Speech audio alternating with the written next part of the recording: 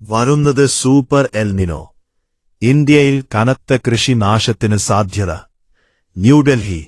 ഉഷ്ണതരംഗങ്ങളും ക്രമരഹിതമായ മഴയും വരാനിരിക്കുന്ന സൂപ്പർ എൽ നിനോ പ്രതിഭാസവും ഇന്ത്യൻ കാർഷിക മേഖലയ്ക്ക് വൻ നാശനഷ്ടങ്ങൾക്ക് ഇടയാക്കുമെന്ന് റിപ്പോർട്ട്.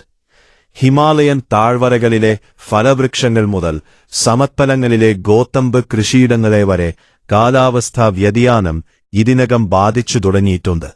2026 രാജ്യത്തെ ഭക്ഷ്യസുരക്ഷയ്ക്ക് ഇത് കനത്ത വെല്ലുവിളി ഉയർത്തുന്നുവെന്ന് വിദഗ്ധർ മുന്നറിയിപ്പ് നൽകുന്നു.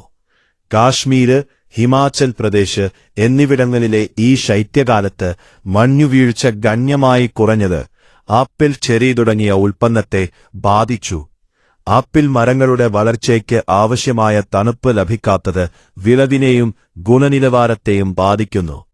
കാശ്മീരിൽ 10,000 കോടി രൂപയുടെയും ഹിമാചലിൽ 5,000 കോടി രൂപയുടെയും ആപ്പിൾ സമ്പദ്വ്യവസ്ഥ തകർച്ചയുടെ നിഴലിലാണ്.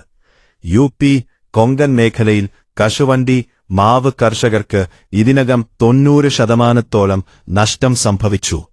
വടക്കേ ഇന്ത്യയിൽ ഗോതമ്പ് കൃഷിയെയും സാരമായി ബാധിച്ചു.